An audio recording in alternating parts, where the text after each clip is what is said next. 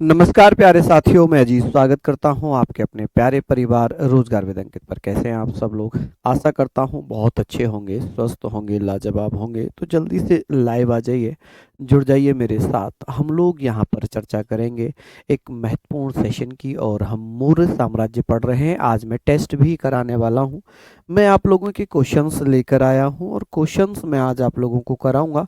जो मगध साम्राज्य हमने पढ़ा है उसमें हम लोग लगभग, मैं यहाँ पर आप लोगों को लगभग 15 क्वेश्चंस मैं लेकर आया हूँ। पहले हम मौर्य साम्राज्य कंप्लीट कर लेते हैं, ये हमारा चल रहा था। तो हमारा जो हिस्ट्री चल रही है, हिस्ट्री में हम पढ़ रहे हैं मौर्य साम्राज्य। हम यहाँ पर मौर्य वंश पढ़ रहे हैं। कौन सा वंश पढ़ रहे हैं भैया? मौर्य। मौर्य वंश हम लोग यहाँ पर पढ़ रहे हैं, मौर्य डायनेस्टी पढ़ रहे हैं।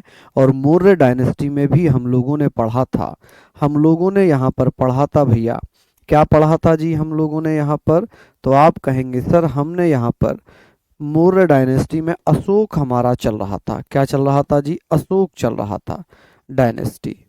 चलिए, तो इसके बारे में मैं चर्चा करूंगा। और हम लोग बात कर रहे थे अशोक के शिलालेखों की। ये हमने कल पढ़ लिया था, मैं फिर से एक बार रिवाइज करा देता हूँ। मैं एक बार फिर से आप लोगों को रिवाइज करा देता हूँ कि अशोक का कौन सा शिलालेख था जिसमें अशोक ने पशु हत्या पर रोक लगाई थी।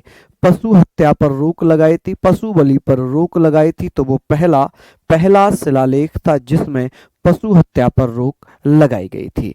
पशु हत्या पर, अहिंसा पर, युद्ध पर, प्रजा को अपना पुत्र बताया गया था, ये पहले ही शिलालेख में बता दिया था। दूसरा शिलालेख था जिसमें पशु चिकित्सा, एनिमल मेडिसिन्स की बात हुई थी, जिसमें दक्षिण राज्यों की बात हुई थी। दक्षिण राज्यों की अगर मैं बात करता हूं तो चोल, चेल, पांड्य और सत्य पुत्र की बात हुई थी। कि सर दक्षिण वंशों की चर्चा अशोक के कौन से शिलालेख में की गई थी? आप कहेंगे कि भैया यह चर्चा 2 में की गई थी, शिलालेख 2 में। और एक चीज और मैं बता दूं कि 4 जून से, सॉरी मंडे से ही इस क्लास का टाइम सुबह 9 बजे हो जाएगा। मंडे से आपकी क्लास 9 बजे शिफ्ट हो जाएगी, और 12 बजे आपका यूट्यूब पर जीएस का प्रैक्टिस सेट चलेगा। मान लीजिए मैं कितना आप लोगों को पढ़ा रहा हूं, कितनी आपकी तैयारी है, तो मंडे से आपका एक प्रैक्टिस सेट स्टार्ट हो जाएगा। ठीक है अविनाश जी, ये तो मैंने कल बताया था, मैं केवल यहां पर रिवीजन करा रहा हूं। ये तो मैं रिवीजन ही करा रहा हूं, ये तो कल मैंने बताया था। ठीक है कि सर जो अधिकारी थे, जैसे रज्जुक था, युक्तक था, प्रदेशक था, जिन्हें प्रत्येक 5वें वर्ष साम्राज्य के भ्रमण करने के आदेश थे, इनका वर्णन अशोक के कौन से शिलालेख में था? तो तीसरे शिलालेख में था। किस में था? तीसरे शिलालेख में था। सर अशोक ने युद्ध करने की नीति, भेरी घोष का त्याग किया, और धम घोष की नीति, शांति की नीति अपना ली थी। इसका वर्णन कौन से शिलालेख में किया गया है? आप कहेंगे कि इसका वर्णन भैया कौन से शिलालेख में किया गया है? तो चौथे शिलालेख में किया गया है। बात आती है कि भैया धम्म महामात्र यानी कि धर्म प्रचारकों का जो वर्णन है वो कौन से शिलालेख में है? तो वो 5वें शिलालेख में है। ठीक है, ये हमने पढ़ लिए थे, इनको हम लोगों ने ऑलरेडी पढ़ लिया था कल। जिसने ना लिखे हो वो प्लीज लिख लेना, क्योंकि ये मैंने आपको कल कराए थे, ये मैंने आपको कल कराए थे। यहां से हमें आज करना है, यहां से हमें आज करना है। बात होगी भैया छठा शिलालेख किससे संबंधित है? छठा शिलालेख जिसमें आत्मनियंत्रण, आत्मनियंत्रण मतलब यदि जन कल्याण की बात हो, जन कल्याण की बात हो तो उसके अधिकारी किसी भी समय अवगत करा सकते हैं। तो आप कहेंगे भैया यदि कोई ऐसा टॉपिक है, यदि ऐसा कोई महत्वपूर्ण बिंदु है जिस पर राजा को जरूर अवगत कराना चाहिए, राजा को सूचना देना चाहिए, तो इसका वर्णन छठे शिलालेख में किया गया है। अशोक ने कहा यदि जनहित से संबंधित कोई भी मामला है तो उसे अशोक के पास किसी भी समय लाया जा सकता है। ऐसा वर्णन अशोक के छठे शिलालेख में किया गया। किसमें? छठा शिलालेख कहता है कि यदि साम्राज्य में कोई ऐसा काम किया जाए जिससे प्रजा का हित हो, जिससे जनहित हो, तो वह मामला राजा के दरबार में कभी भी लाया जा सकता है, राजा के पास कभी भी लाया जा सकता है। मॉर्निंग में सुबह 9 बजे हुआ करेगी मंडे से, ठीक है, मॉर्निंग में 9 AM। मॉर्निंग भैया सुबह ही होती है, सुबह को मॉर्निंग बोलते हैं, ठीक है। बात होती है, चलिए बात आती है धार्मिक नीतियों की। तो भैया धार्मिक समन्वय कौन से शिलालेख में है? 7वें शिलालेख में है, जिसमें 259 BC में बोध गया की यात्रा पर 10वें वर्ष, शासन के 10वें वर्ष, अशोक शासन के 10वें वर्ष, शासन के 10वें वर्ष, शासन के 10वें वर्ष अशोक बौद्ध गया की यात्रा पर जाता है। कि भैया 7वां शिलालेख क्या कहता है? 7वें शिलालेख में यह वर्णन है कि अशोक ने अपने शासन के 10वें वर्ष बौद्ध गया की यात्रा की थी। किसकी यात्रा की थी? बौद्ध गया की यात्रा की थी। नेक्स्ट है 8वां धम्म यात्रा के बारे में है कि 249 BC में अशोक लुम्बिनी की यात्रा पर जाता है। तो आप कहेंगे सर अशोक ने क्या किया था? अशोक ने लुम्बिनी की यात्रा की। किसकी? लुम्बिनी की यात्रा की और भैया लुम्बिनी को कर मुक्त कर दिया। क्या कर दिया? कर मुक्त कर दिया। आप कहेंगे सर कर मुक्त कर दिया। कर मुक्त का मतलब है टैक्स फ्री कर दिया। क्या कर दिया? टैक्स फ्री कर दिया। लुम्बिनी को टैक्स फ्री किस वर्ष किया गया था? तो अशोक के शासन काल के 20वें वर्ष अशोक लुम्बिनी जाता है। लुम्बिनी जहां पर महात्मा बुद्ध का जन्म हुआ था, और इस यात्रा के दौरान अशोक घोषणा करता है कि लुम्बिनी वासियों को अब टैक्स देने की आवश्यकता नहीं है, टैक्स देने की आवश्यकता नहीं है। कलिंग युद्ध का वर्णन 13वें शिलालेख में है। जो इंपॉर्टेंट है वही बता रहा हूं, आप ये मत सोचना कि 8वें से डायरेक्ट 13वें पे कैसे आ गए। तो हम लोग यहां पर बात करेंगे, सचिन जी प्लीज बताएं। हाँ बहुत बढ़िया, बिल्कुल माय डियर। तो हम कहेंगे सर कलिंग युद्ध का वर्णन कौन से शिलालेख में है? जो कि 261 BC में होता है। 261 BC में कलिंग युद्ध हुआ था, जिसमें भैया 13वें शिलालेख में इसका वर्णन किया गया है। किसमें? तो किसमें किया गया है? 13वें शिलालेख में।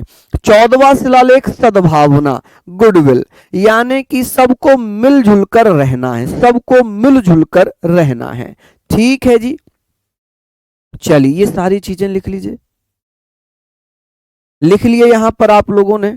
हम लोगों ने ये सारी चीजें पढ़ ली, सारी चीजें आप लोगों ने पढ़ ली कि भैया गुडविल के बारे में हम लोग बात कर रहे हैं कि सद्भावना कौन से शिलालेख में है? 14वें शिलालेख में। कि भैया जनता के हित का मामला यदि कोई है तो राजा को किसी भी समय अवगत कराया जा सकता है। ऐसा कौन सा शिलालेख कहता है? 6ठा शिलालेख कहता है।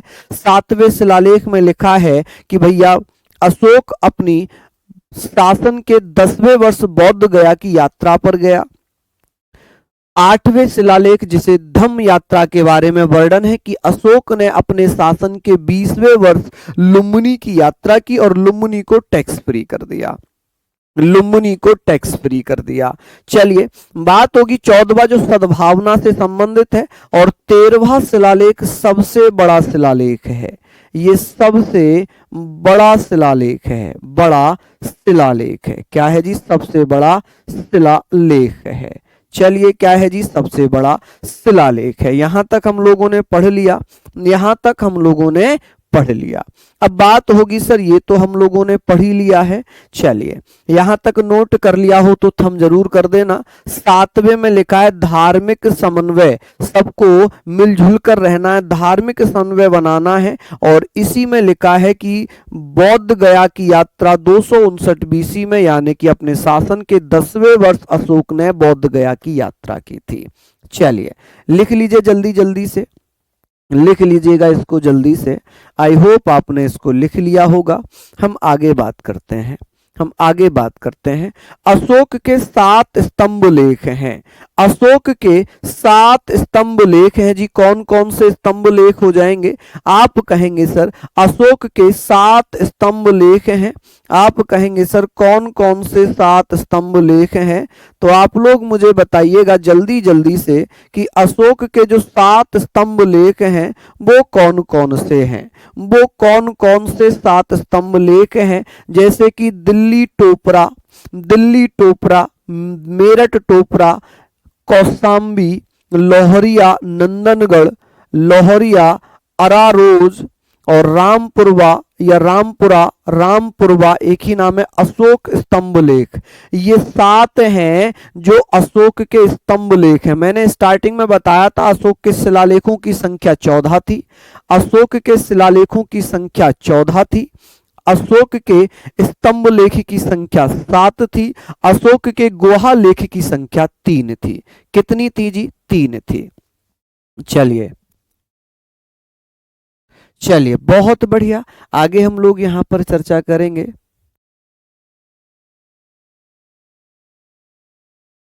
चलिए लिख लिया आप लोगों ने। हमने पढ़ा कि अशोक के कौन कौन से स्तंभ लेख को दिल्ली लाया गया था। तो टोपरा, मेरठ स्तंभ लेख को दिल्ली लाया था। कौन? इनको दिल्ली में कौन लेकर आया था? फिरोज शाह द्वारा। किसके द्वारा? फिरोज शाह द्वारा। आप कहेंगे सर फिरोज शाह द्वारा दिल्ली में स्थापित किया गया। शाह द्वारा दिल्ली में स्थापित किया गया। कहां पर स्थापित किया गया? दिल्ली में स्थापित किया गया। कहां पर स्थापित किया गया है? दिल्ली में स्थापित किया गया, किया गया।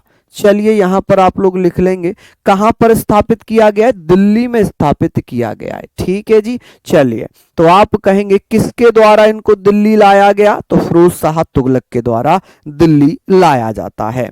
कि भैया कौन कौन से? दिल्ली टोपरा है, मेरठ टोपरा है, कौशाम्बी है, लोहरियागढ़ है, लोहरिया नंदनगढ़ है, लोहरिया अरारोज है, रामपुरा या रामपुरवा है और अशोक स्तंभ लेख है। इनको भैया किसके हैं ये 7 स्तंभ लेख? तो आप कहेंगे सर ये 7 स्तंभ लेख किसके हो जाएंगे? अशोक के।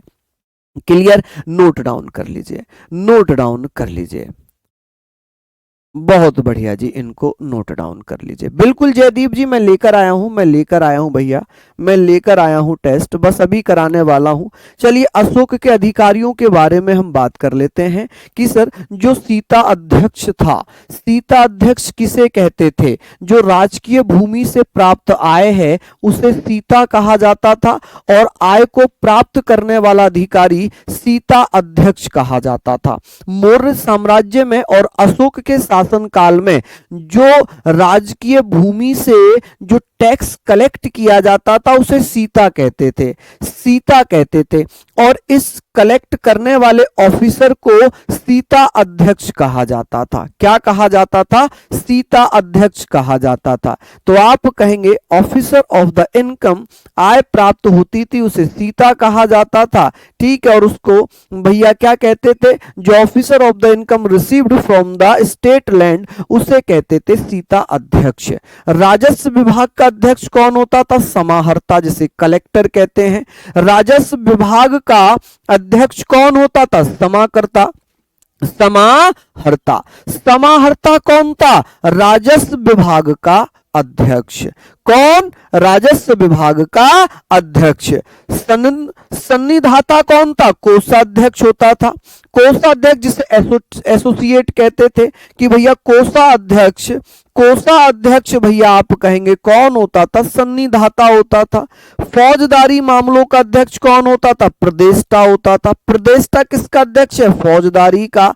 धर्मस्य व्यवहारी कौन होते थे? दीवानी विभाग, दीवानी यानी कि सिविल मामलों से संबंधित, फौजदारी मतलब क्रिमिनल मामलों से संबंधित विभाग का अध्यक्ष प्रदेष्टा होता था। और भैया दीवानी सिविल मामलों का अध्यक्ष होता था धर्मस्य।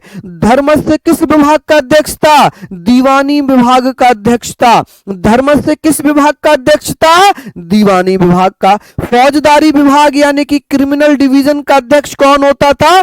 प्रदेष्टा होता था। कौन? प्रदेष्टा। कोषाध्यक्ष कौन होता था? सन्निधाता। कौन? सन्निधाता। राजस्व विभाग का अध्यक्ष कौन होता था? समाहर्ता। राजकीय भूमि से प्राप्त आय को क्या कहते थे? सीता। और इस आय को कलेक्ट करने वाला कौन कहलाता था? सीता अध्यक्ष कहलाता था। क्या कहलाता था? सीता अध्यक्ष कहलाता था। ठीक है जी, चलिए अभी मैं इसको रिवीजन कराऊंगा, लिखकर भी बताऊंगा कि कैसे इसका नाम होगा। कि सीता अध्यक्ष कौन होता था? जो राजकीय भूमि से इनकम कलेक्ट करता था उसे सीता अध्यक्ष कहते थे। राजकीय भूमि से जो इनकम आती थी उसे सीता कहते थे। ठीक है। राजस्व विभाग का अध्यक्ष कहलाता था समाहर्ता। कौन कहलाता था? समाहर्ता। तो राजस्व विभाग का अध्यक्ष, रेवेन्यू डिपार्टमेंट का हेड कौन कहलाता था? समाहर्ता। कोषाध्यक्ष किसे कहते थे? सन्निधाता को कहते थे। फौजदारी मामला क्या होता था? प्रदिष्टता। फौजदारी मामले किसके कंट्रोल में आते थे? प्रदिष्टता के कंट्रोल में आते थे। चलिए लिख रहे हैं आप लोग। दीवानी मामलों का अध्यक्ष कौन होता था? कौन होता था? धर्मस्य व्यवहारी। चलिए लिख लीजिए इसको जल्दी से, फिर हम लोग इसका रिवीजन करेंगे। जैसे कि यहाँ पर है, यहाँ पर है कि राजकीय भूमि से प्राप्त आय का अधिकारी कौन होता था? आप कहेंगे सर सीता अध्यक्ष होता था। कौन होता था जी? सीता अध्यक्ष होता था। आप कहेंगे कौन होता था? आप कहेंगे सीता अध्यक्ष होता था। कि राजस्व विभाग का अध्यक्ष कौन होता था? समाहर्ता। कौन होता था जी? समाहर्ता। आप कहेंगे कौन होता था? समाहर्ता। कौन होगा? समाहर्ता। कोषाध्यक्ष की अगर बात होगी कि कोषा अध्यक्ष कौन होता था? सन्निधाता। कौन होता था भैया? आप कहेंगे सन्निधाता। ऐसे करके लिख लेंगे सन्निधाता। कौन भैया? सन्निधाता। फौजदारी विभाग का अध्यक्ष किसे कहते थे? फौजदारी विभाग का अध्यक्ष कहते थे प्रदेष्टता को। किसको? प्रदेष्टता। आप कहेंगे सर किसे कहते थे? तो आप कहेंगे सर प्रदेष्टा। कौन? प्रदेष्टा। चलिए ऐसे करके आप लोग लिख लीजिए। आगे बात कर लेते हैं। आगे बात करते हैं दीवानी विभाग का अध्यक्ष किसे कहते थे? दीवानी विभाग का अध्यक्ष किसे कहते थे? धर्मस्य को कहते थे। किसे? धर्मस्य, या इसे व्यवहारी भी कहा जाता था। व्यवहारी भी कहा जाता था। तो आप कहेंगे सर व्यवहारी भी इसको कहा जाता था। आप कहेंगे दीवानी विभाग का अध्यक्ष कौन होता था? धर्मस्य या व्यवहारी। फौजदारी विभाग का अध्यक्ष होता था प्रतिष्ठा। कोषाध्यक्ष को सन्निधाता कहते थे। राजस्व विभाग का अध्यक्ष समाहर्ता होता था। राजकीय भूमि से प्राप्त आय जिसे सीता कहते थे, इसका अधिकारी कौन होता था? सीता अध्यक्ष होता था। क्या होता था जी? सीता अध्यक्ष होता था। चलिए बहुत बढ़िया। अब यहां तक आप लोगों ने लिख लिया होगा। यहां तक आप लोगों ने लिख लिया होगा। बताएं जल्दी जल्दी से, बताएं भैया। मैंने कमलेश जी कल भी मैंने कहा था कि 3 दिन आप इसको पढ़ने में लगाइए, तो मुझे उम्मीद है कि आप लोग इसको जरूर समझेंगे। लेकिन अगर आप केवल मैसेज लिखते रहेंगे तो ना तो समझ में आएगा, ना पढ़ पाएंगे, आपका टाइम ही खराब होगा। आपका केवल टाइम ही खराब होगा। आई होप यहाँ तक आपने लिख लिया होगा। चलिए बता दीजिए जल्दी जल्दी से। प्रैक्टिस सेट में लेकर आ रहा हूं ताकि आपका रिवीजन होता रहे, कि जितना हम पढ़ा रहे हैं आपको उतना आ भी रहा है या नहीं आ रहा है। 4 जून से 12 बजे आपका यूट्यूब पर, रोजगार वेद अंकित यूट्यूब पर प्रैक्टिस सेट चलेगा जीएस का, जिसमें मैं ही आपको प्रैक्टिस सेट कराऊंगा। और सुबह 9 बजे से 10 बजे तक मंडे से, 3 जून से मंडे से आपका भैया ये क्लास शिफ्ट हो जाएगी। यानी कि थ्योरी की क्लास एप्लीकेशन पर चलेगी सुबह 9 बजे मंडे से 3 जून से। 4 जून ट्यूसडे से आपकी ये क्लास भी आपकी मंडे से रहेगी, और ट्यूसडे से 12 बजे प्रैक्टिस सेट रहेगा। ठीक है, जिसमें प्रीवियस ईयर होंगे, जिसमें आपको जो थ्योरी मैंने पढ़ाई है वो भी आपकी हो जाएगी। यहाँ तक आपने लिख लिया? यहाँ तक आपने लिख लिया? ठीक है, चलिए आगे इसको आप लोग लिख लें क्योंकि अच्छे से समझ में आ रहा है, बहुत अच्छे से समझ में आ रहा है। बस उन्हीं को नहीं समझ में आएगा, कड़वा सच बता रहा हूँ, जो केवल चाह रहे हैं कमेंट लिखना। तो कमेंट लिखने वालों को समझ नहीं आएगा क्योंकि वो टाइप करने में रहते हैं, वो समझने में नहीं रहते। चलिए यहाँ तक हमने पढ़ लिया। अब आप लोग भैया टेस्ट लगाइए। अब आप लोग टेस्ट लगाइए। लिखा है प्राचीन भारत में कितने शक्तिशाली महाजनपद मौजूद थे। कि भाई टोटल महाजनपदों की संख्या कितनी थी। हमने पढ़ा था कि अंगुत्तर निकाय में भगवती सूत्र में 16 महाजनपदों का जिक्र किया था, जबकि अष्टाध्यायी में 22 महाजनपदों का जिक्र है। मैंने आपको ये भी बताया था कि अंगुत्तर निकाय एवं भगवती सूत्र में मैंने कितने बताए थे, तो इसमें 16 महाजनपदों का जिक्र है। 16 महाजनपदों का जिक्र है, 16 महाजनपदों का वर्णन है। ये भी मैंने आपको बताया था वर्णन। और मैंने ये भी कहा था कि मैंने कहा था जी अष्टाध्यायी जो पाणिनि के द्वारा लिखा गया है, इसमें 22 महाजनपद बताए थे। 22 महाजनपद मैंने आपको बताए थे। कितने जनपद बताए थे? 22 महाजनपद। यदि आप इसका 15 में से 12 क्वेश्चंस कर पा रहे हैं तो ये मानकर चलना कि आपको समझ में आ गया है। अब बताओ, इसमें भी 14 आंसर दे रहे हैं, तो जो 14 आंसर दे रहे हैं ये वही बच्चे होंगे जो बिल्कुल भी फोकस नहीं करते हैं क्लास में, जो केवल कमेंटबाजी टाइप करने में लगे रहते हैं, उनको ही ये आंसर नहीं आता होगा। मैंने बताया था ना कि 16 महाजनपदों का जिक्र था, स्टार्टिंग में ही मैंने बता दिया था। चलिए, हर्यक वंश से मगध के पहले शासक कौन थे? मैंने आपको बताया था कि प्राचीन मगध भी मैंने आपको समझाया था, प्राचीन मगध भी मैंने आपको बताया था, और मैंने मगध भी बताया था। मैंने प्राचीन मगध में बताया था कि प्राचीन मगध में बृहद्रथ थे। कौन थे भैया? बृहद्रथ थे, जिन्होंने बृहद्रथ वंश की स्थापना की थी। किसकी? बृहद्रथ वंश की स्थापना की थी। बृहद्रथ वंश की स्थापना की थी की स्थापना इन्होंने की थी। और जबकि मैंने इसमें बताया था कि यहाँ पर बिंबिसार थे। कौन थे? बिंबिसार जिन्होंने हर्यक वंश की स्थापना की थी। किसकी? हर्यक वंश की स्थापना की थी। तो आप लोग पढ़ गए होंगे कि यहाँ पर बिंबिसार इसका सही आंसर होगा। बिंबिसार का बेटा था अजातशत्रु। क्लियर है यहाँ तक सब लोग? प्लीज मुझे लास्ट में जरूर बताना कि आपका किसका कितना स्कोर रहा है। इसमें भी प्रसेंजित बता रहा है एक बच्चा। बताओ तो फिर मैं कैसे मानूं कि आप सीरियस हो पढ़ाई के प्रति। ये तो बड़े कॉमन क्वेश्चन है जो मैंने आप लोगों को रटवाए हैं, याद करवाए हैं। ठीक है, नेक्स्ट, धनानंद को हराकर मौर्य साम्राज्य की स्थापना किसने की थी? आपको याद होगा कि 322 बीसी में धनानंद की हत्या कर दी थी। किसकी? धनानंद की हत्या किसने की थी? आप कहेंगे सर हत्या किसने की थी? हत्या की थी चंद्रगुप्त मौर्य ने। क्या इसका आंसर नहीं दे पाएंगे? चंद्रगुप्त मौर्य ने। ठीक है, धनानंद कौन था? ये नंद वंश का अंतिम शासक था। नंद वंश का अंतिम शासक, वंश का लास्ट रूलर था। ठीक है जी। चंद्रगुप्त मौर्य कौन था? मौर्य वंश का संस्थापक था। कौन था? मौर्य वंश का संस्थापक था। ये तो हमने पढ़ा है, मौर्य वंश का संस्थापक था।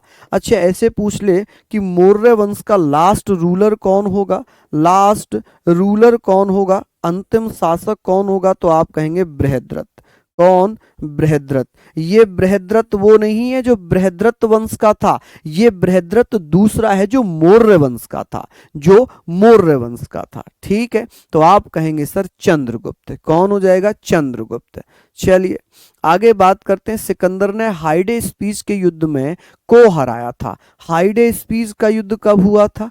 आप कहेंगे सर हाइडे स्पीच का युद्ध हुआ 326 बीसी में, जिसमें सिकंदर ने किसको हराया था? तो आप कहेंगे सर सिकंदर के द्वारा किसको पराजित किया? सिकंदर ने पोरस को हराया था। किसे? पोरस या राजा पुरु या पोरस को हराया था। ठीक है जी, तो आप कहेंगे सर पोरस को हराया था। अब इस युद्ध को नाम क्या दिया गया? इसे दिया गया हाइडेस्पीस। याद है आप लोगों को या भूल गए? बताइए, याद है या भूल गए आप? हाइडेस्पीस झेलम, इसे हाइडेस्पीस का युद्ध कहते हैं, झेलम का युद्ध कहते हैं, या बितस्ता का युद्ध कहते हैं? किसका? बितस्ता का युद्ध कहा जाता है। क्या इतनी चीजें आप लोग नहीं लिख पाए होंगे? लिख लिए होंगे। बताओ, सभी के 99.9% लोग सही दे रहे हैं। एक आध बच्चा है जो गलत आंसर दे रहा है, और ये मानकर चलो ये वही बच्चा है जिसने क्लास को कंटिन्यू नहीं पढ़ा, या फिर उसने छुट्टी मार ली होगी, या तो उसने छुट्टी मार ली होगी। ठीक है, निम्नलिखित में से कौन नंद वंश का अंतिम शासक था? अभी हमने पढ़ा कि नंद वंश का संस्थापक कौन था? बताइए, नंद वंश का संस्थापक कौन था? नंद वंश का फाउंडर कौन था? संस्थापक कौन था? आप कहेंगे सर संस्थापक। आप क्या कहेंगे भैया? संस्थापक कौन था? तो आप कहेंगे संस्थापक था महापदम नंद। महापदम नंद। बताएं, महापदम नंद ने किसकी हत्या की थी? अब यहां पर बात आती है, अंतिम पूछा गया है। अंतिम कौन था? तो भैया धनानंद था। कौन था जी? इसको धनानंद लिखते हैं, इसको धनानंद लिखा जाता है, धनानंद। चलिए नेक्स्ट, चंद्रगुप्त मौर्य 322 से 298 बीसी किस वंश का शासक था? क्या पेशवा था, क्या मुगल था, क्या मेवाड़ था? आप कहेंगे मौर्य वंश का शासक था। मौर्य वंश का। एसएससी के द्वारा पूछे गए प्रश्न है ये, एसएससी के द्वारा पूछे गए प्रश्न है। चलिए आगे हम लोग बात करते हैं, बिंदुसार का पुत्र कौन था? बिंदुसार का पुत्र कौन था? देखिए, चंद्रगुप्त मौर्य का पुत्र कौन था? चंद्रगुप्त मौर्य। चंद्रगुप्त मौर्य का बेटा था बिंदुसार। कौन था जी? बिंदुसार। आप कहेंगे बिंदुसार है ये, बिंदुसार। ठीक है जी, बिंदुसार। अब बिंदुसार का बेटा था भैया कौन? अशोक। कौन था जी?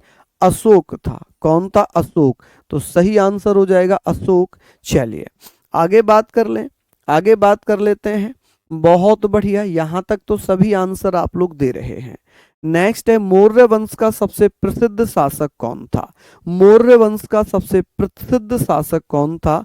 तो भैया चंद्रगुप्त मौर्य है, बिंदुसार है, अशोक है, चंद्रगुप्त प्रथम है। हमने पढ़ा है कि सम्राट अशोक, महान राजा सम्राट अशोक, पढ़ा है ना हम लोगों ने।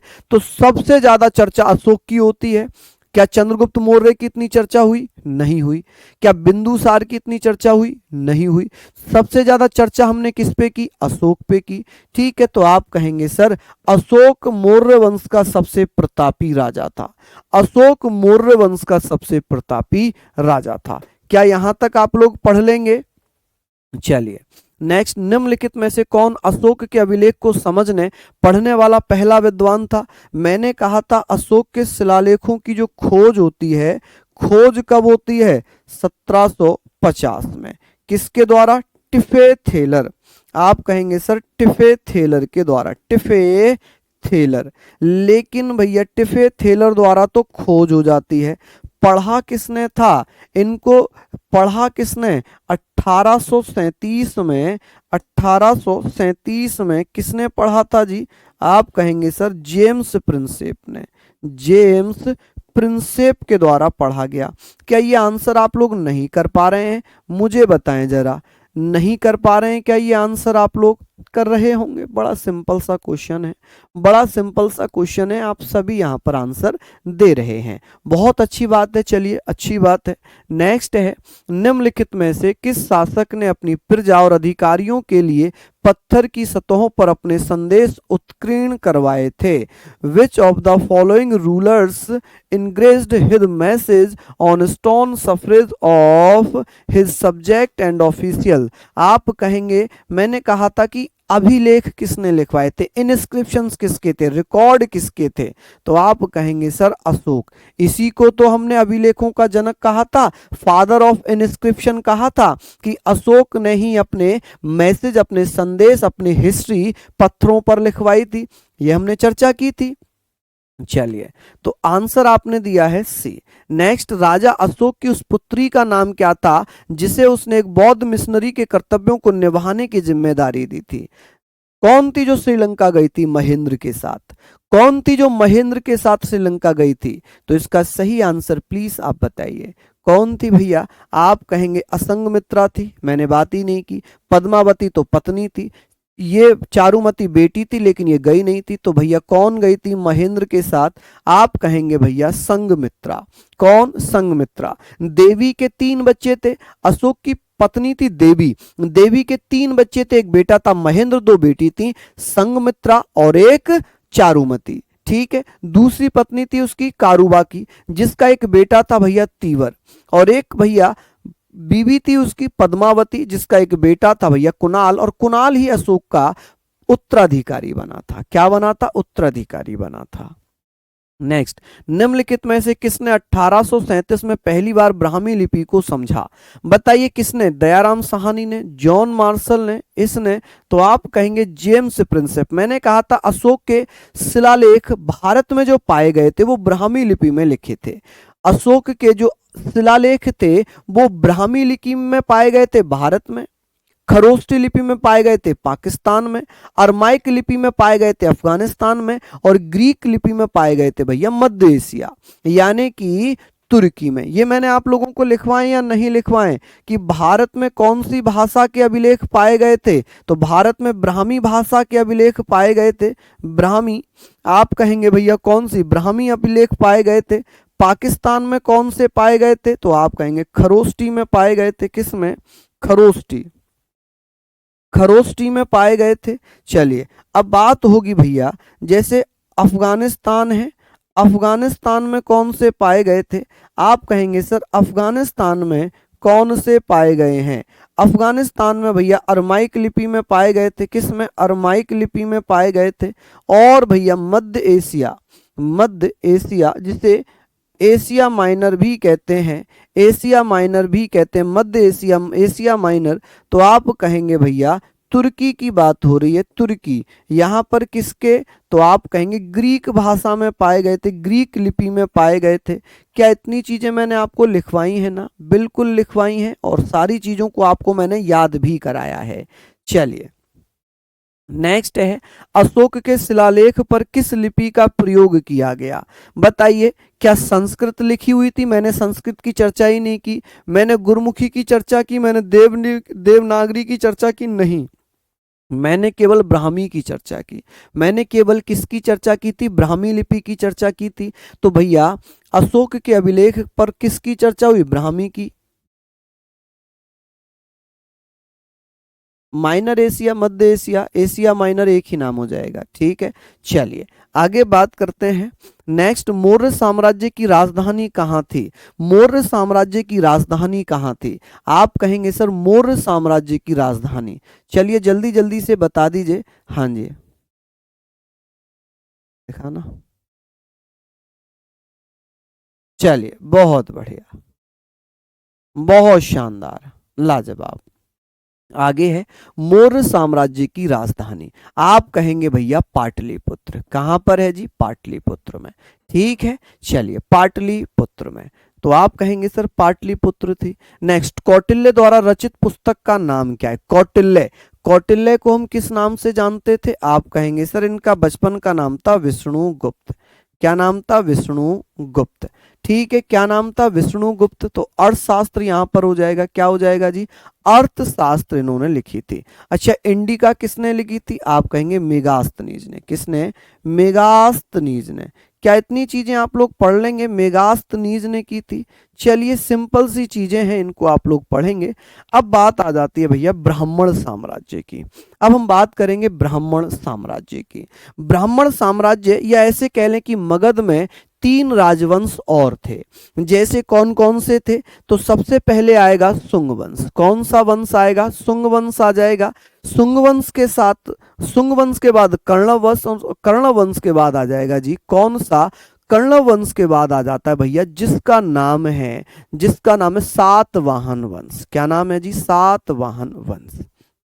अब क्या हुआ कि पुष्यमित्र शुंग ने, पुष्यमित्र शुंग ने मौर्य वंश के अंतिम शासक बृहद्रथ की हत्या कर दी। किसकी हत्या कर दी? बृहद्रथ की हत्या कर दी। और बृहद्रथ कौन था? मौर्य वंश का अंतिम शासक था।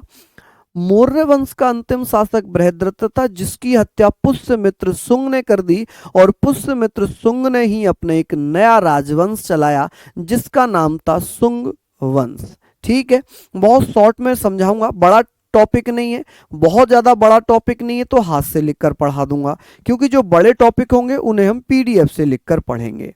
हम बात करेंगे भैया ब्राह्मण साम्राज्य की। ब्राह्मण साम्राज्य, ब्राह्मण साम्राज्य में हम तीन राजवंश पढ़ेंगे। ब्राह्मण साम्राज्य में हम तीन राजवंश पढ़ेंगे। ठीक है, जो बहुत बड़े टॉपिक होंगे जैसे मौर्य था उसे हम पीडीएफ से पढ़ेंगे, जो छोटे छोटे होंगे उन्हें हम हाथ से लिखकर पढ़ेंगे। ठीक है, तो आप कहेंगे सर ब्राह्मण, आप कहेंगे ब्राह्मण एम्पायर। ठीक है जी, ब्राह्मण एम्पायर की बात हम लोग करेंगे। ब्राह्मण एम्पायर की बात हम लोग कर रहे हैं। इसमें हम पढ़ेंगे जी तीन राजवंश। इसमें हम तीन राजवंश पढ़ेंगे। एक होगा शुंग वंश, एक होगा जी शुंग वंश। शुंग वंश को हम शुंग डायनेस्टी के नाम से जानेंगे। शुंग डायनेस्टी किसके नाम से जानेंगे? शुंग डायनेस्टी के नाम से जानेंगे। एक है जी कण्व वंश। कौन सा भैया? कण्व वंश। इसे हम किस नाम से जानेंगे? तो इसे हम कण्व वंश के नाम से, डायनेस्टी के नाम से ही जानेंगे। किसके नाम से जानेंगे? डायनेस्टी के नाम से ही जानेंगे। एक और है भैया, एक और यहां पर होगा जिसका नाम है सातवाहन वंश। कौन सा? सातवाहन वंश। सातवाहन वंश, सातवाहन वंश है। इसे मैं बहुत शॉर्ट में कराने वाला हूं, क्योंकि इसमें बहुत ज्यादा डीप तो आएगा नहीं, तो नॉर्मल ही पूछा जाता है। मैं यहां पर सातवाहन डायनेस्टी, सातवाहन डायनेस्टी, इसको मैं बहुत शॉर्ट में आपको करा दूंगा। देखिए शुंग वंश की अगर मैं बात करता हूं कि शुंग वंश का संस्थापक कौन था, शुंग वंश की बात कर लेते हैं। शुंग वंश की बात कर लेते हैं कि शुंग वंश का संस्थापक था पुष्यमित्र शुंग। पुष्यमित्र शुंग ने क्या किया?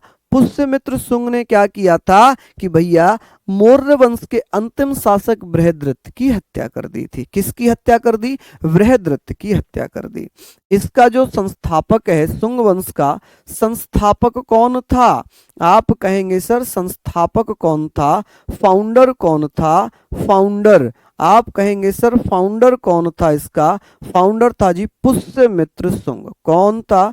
पुष्यमित्र शुंग। कौन था? पुष्यमित्र शुंग। पुष्यमित्र शुंग ने क्या किया था? इन्होंने मौर्य वंश के अंतिम शासक, यहां लिखना मौर्य वंश के अंतिम शासक, मौर्य वंश के अंतिम शासक बृहद्रथ की हत्या की थी। अंतिम शासक, अंतिम शासक बृहद्रथ की हत्या कर दी। किसकी हत्या कर दी? बृहद्रथ की हत्या की। किसकी हत्या की? बृहद्रथ की हत्या की। और एक नए वंश को जन्म दिया, शुंग वंश को। किस वंश को जन्म दिया? शुंग वंश को। और इस वंश की जो राजधानी थी, इस वंश की जो राजधानी थी, वो राजधानी कौन सी थी? इस वंश की कैपिटल कौन सी थी? आप कहेंगे सर कैपिटल कौन सी थी? कैपिटल थी भैया विदिशा। कौन सी कैपिटल थी? विदिशा। आप कहेंगे सर विदिशा किसकी राजधानी थी? तो शुंग वंश की राजधानी हुआ करती थी विदिशा। कौन सी थी जी? विदिशा। चलिए अब बात करेंगे भैया विदिशा कि शुंग वंश का अंतिम शासक कौन था। शुंग वंश का अंतिम शासक कौन है? आप कहेंगे सर अंतिम शासक कौन होगा शुंग वंश का? अंतिम शासक, लास्ट रूलर कौन होगा शुंग वंश का? लास्ट रूलर है जिसका नाम क्या है? जिसका नाम क्या है? देवहूति। क्या नाम है जी? लास्ट रूलर का नाम क्या होगा? देवहूति। अब देवहूति की हत्या किसने की थी? आप कहेंगे भैया देवहूति की हत्या किसने की है? आप कहेंगे कौन है? चलिए बता दीजिए जल्दी से। तो वो होगा भैया वसुदेव। कौन होगा जी? वसुदेव। आप कहेंगे यहां पर देवहूति। कौन? देवहूति। ऐसे करके लिख लेंगे देवहूति। अब देवहूति की हत्या कर देगा कोई, देवहूति की हत्या कौन करेगा? जो कर्ण वंश का संस्थापक होगा। सर मौर्य वंश का अंतिम शासक अशोक था। भैया मौर्य वंश का अंतिम शासक कौन था? मौर्य वंश का अंतिम शासक बृहद्रथ था। मैंने अभी यहां पर भी लिखवाया है, मैंने यहां पर भी आप लोगों को बताया। भैया कैसी बात कर रहे हो, कैसी बात कर रहे हैं आप लोग? चलिए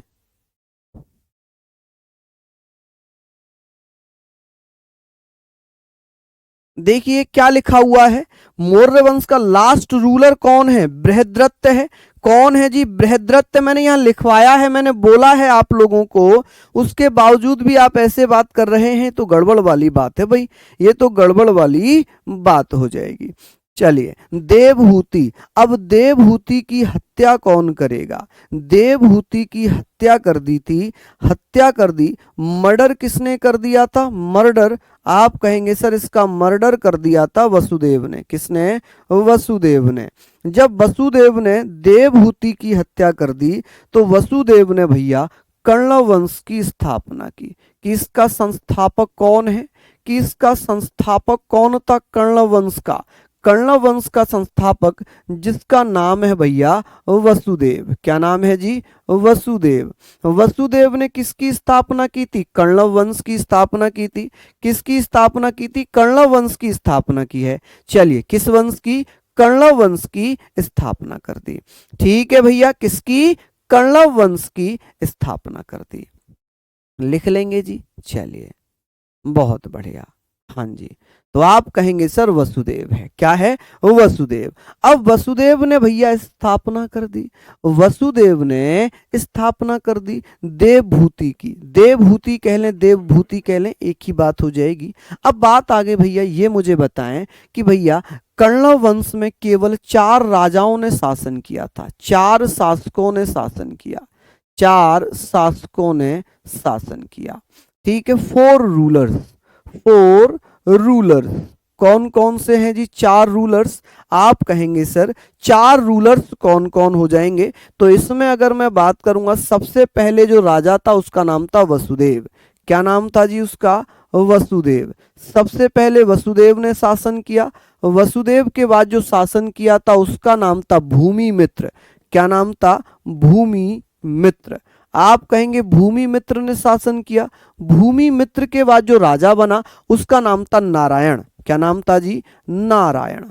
नारायण। और इस वंश में जो अंतिम शासक था चौथा, अंतिम शासक कौन था? अंतिम शासक कौन था? आप कहेंगे अंतिम शासक, लास्ट रूलर कौन था इस वंश का? तो लास्ट रूलर था जिसका नाम है भैया सुशर्मा। क्या नाम है जी? सुशर्मा। अब सुशर्मा कह लें या सुशर्मन कह लें? सुशर्मा या सुशर्मन? सुशर्मन। अब सुशर्मन की हत्या कौन करेगा? सुशर्मन की हत्या, सुशर्मन की हत्या किसने की थी? सुशर्मन की हत्या कौन करेगा? सुशर्मन की हत्या करेगा भैया, इसकी हत्या किसने कर दी थी? सिमुक ने। किसने? सिमुक। सिमुक द्वारा हत्या कर दी। किसने? सिमुक ने। और सिमुक ने एक नए वंश को जन्म दिया, सातवाहन वंश को। कि भैया सातवाहन वंश का संस्थापक कौन था? सातवाहन वंश का संस्थापक था सिमुक। कौन था जी? सिमुक था। ऐसे करके आप याद करके लिखें सिमुक। सिमुक ने किस वंश की स्थापना की थी? सातवाहन वंश की। सातवाहन वंश की राजधानी क्या थी? राजधानी क्या थी? आप कहेंगे सर इसकी राजधानी, कैपिटल क्या थी? कैपिटल बताइए जी। तो आप कहेंगे प्रतिष्ठान या पैठान। क्या हो जाएगी जी कैपिटल? प्रतिष्ठान या पैठान। आप कहेंगे जी प्रतिष्ठान या पैठान। आप कहेंगे प्रतिष्ठान कह लें या इसको पैठान कह लें? प्रतिष्ठान या पैठान। यहां पर आप लोगों को याद रखनी है। मैं एक बार फिर से समझा देता हूं, बहुत शॉर्ट में, बहुत शॉर्ट में समझा देता हूं। चलिए नहीं विशाल राव जी, बिल्कुल भी जरूरत नहीं है। अगर आपने हिस्ट्री पढ़ ली है, अगर आपके नोट्स कंप्लीट हैं, तो आपको बिल्कुल भी पढ़ने की आवश्यकता नहीं है, आप उन्हीं का रिवीजन करते रहिए। यहाँ पर हम लोग बात कर रहे हैं कि सर ब्राह्मण साम्राज्य में 3 वंश आ गए मगध में, जैसे कौन कौन से? शुंग वंश आ जाता है, कण्व वंश आ जाता है, कौन सा आ जाता है जी? शुंग डायनेस्टी आ जाती है। आप कहेंगे कौन सी डायनेस्टी आ गई? शुंग डायनेस्टी आ गई। इसके साथ कण्व, इसके बाद कौन सी? कण्व, कण्व के बाद सातवाहन वंश। कौन सा? सातवाहन वंश। शुंग वंश का संस्थापक कौन था? पुष्यमित्र शुंग था। कौन था? पुष्यमित्र शुंग। पुष्यमित्र शुंग ने किसकी हत्या की थी? बृहद्रथ की हत्या की थी। किसकी हत्या की थी जी? बृहद्रथ की हत्या कर दी थी। बृहद्रथ कौन था? शुंग वंश का अंतिम शासक। शुंग वंश की राजधानी क्या थी? विदिशा थी। क्या थी? विदिशा। हमने पढ़ा कि ब्राह्मण साम्राज्य में शुंग वंश का संस्थापक पुष्यमित्र शुंग, जिसने बृहद्रथ की हत्या की, और शुंग वंश की राजधानी विदिशा थी। शुंग वंश का अंतिम शासक देवहूति था। देवहूति की हत्या वसुदेव ने कर दी। वसुदेव ने एक नए वंश को जन्म दिया जिसका नाम था कण्व वंश। कण्व वंश में 4 राजाओं ने शासन किया। कितने राजाओं ने शासन किया? 4 रूलर्स ने। वसुदेव था, भूमिमित्र था, नारायण था, और अंतिम शासक था जिसका नाम है सुशर्मा। सुशर्मा की हत्या किसने की थी? सिमुक ने। अब ये सिमुक कौन है? ये सिमुक है जिसने सातवाहन वंश की स्थापना कर दी। सातवाहन वंश की स्थापना कर दी, और इसने अपनी राजधानी किसको बनाया था? पैठन को बनाया था। किसको? पैठन। चलिए हम बात करेंगे भैया, इस वंश का अंतिम शासक की बात होगी तो आप कहेंगे सर इस वंश का अंतिम शासक कौन था? जल्दी से बताइए, सातवाहन वंश का अंतिम शासक कौन है? चलिए बताइए। बहुत बढ़िया।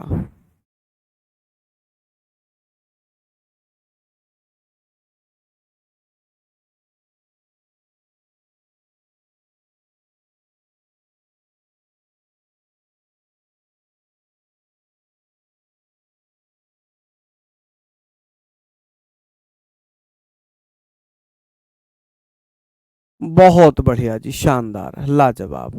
हाँ जी। अब बात करेंगे सर अंतिम शासक कौन है? अंतिम शासक, इस वंश का अंतिम शासक कौन था? अंतिम शासक, लास्ट रूलर कौन था? लास्ट रूलर कौन था? आप कहेंगे सर लास्ट रूलर था विजया। कौन था? विजया। लेकिन लेकिन ये ध्यान रखना, कहीं कहीं इसमें ये तो हो जाएगा करेक्ट, ये तो हो जाएगा करेक्ट, लेकिन कहीं कहीं श्री सतकर्णी बताया गया है। श्री सतकर्णी, श्री सतकर्णी को अंतिम शासक माना गया, जो कि गलत हो जाएगा। सही कौन सा हो जाएगा? विजया। कौन सा हो जाएगा? विजया। लिख लिया आप लोगों ने यहाँ पर? लिख लिया आप लोगों ने भैया? बहुत शानदार। तो यही सारी चीजें आप लोगों ने पढ़नी थी। ठीक है। हालांकि इसमें बहुत कुछ है पढ़ने को, लेकिन हमें पढ़ना नहीं। यहाँ पर अगर मैं बात करूं तो इसमें एक नाटक है मालविका अग्निमित्रम। मालविका अग्निमित्रम, जिसमें अग्निमित्र और मालविका की प्रेम कहानी का जिक्र बताया गया है, लेकिन वो हमारे एग्जाम की दृष्टि से इम्पोर्टेंट नहीं है, तो हम उसको बहुत ज़्यादा नहीं पढ़ेंगे। ठीक है जी। चलिए, तो ये था आज का आपका। कल से हम पढ़ेंगे गुप्त साम्राज्य। ठीक है जी, गुप्त साम्राज्य पढ़ लेंगे। तो आशा करूंगा कि क्लास अच्छी लगी होगी सभी साथियों को, है ना। मैं एक बार फिर से बता रहा हूं कि जो छोटे टॉपिक्स होंगे उन्हें मैं हाथ से लिख कर पढ़ाऊंगा, जो बहुत बड़े टॉपिक होंगे उन्हें मैं लिख लिख कर पढ़ाऊंगा। सॉरी, पीडीएफ प्लस रिवीजन से पढ़ाऊंगा। जैसे कि बहुत छोटा टॉपिक था कि भैया शुंग वंश का संस्थापक था पुष्यमित्र शुंग, जिसने बृहद्रथ की हत्या की, शुंग वंश की स्थापना की। शुंग वंश का अंतिम शासक था देवहूति। देवहूति की हत्या वसुदेव ने की थी। वसुदेव ने कर्ण वंश की स्थापना की। कर्ण वंश का अंतिम शासक था सुशर्मा। सुशर्मा की हत्या सिमुक ने की। सिमुक ने सातवाहन वंश की स्थापना की, और सातवाहन वंश का अंतिम शासक विजया है। कौन सा है? विजया। अब आप लोग मुझे बताओ जी, कि क्या ये क्लास अच्छी लगी आप लोगों को? हाँ जी। हाँ जी, बहुत बढ़िया।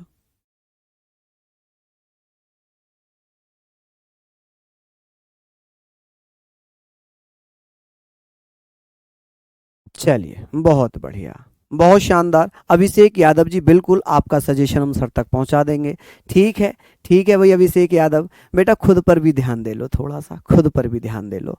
कभी भी दूसरों पर आरोप प्रत्यारोप नहीं लगाने चाहिए, अपने ऊपर भी थोड़ा ध्यान देना चाहिए। चलिए, तो बहुत बहुत धन्यवाद, नमस्कार, जय हिंद, जय भारत।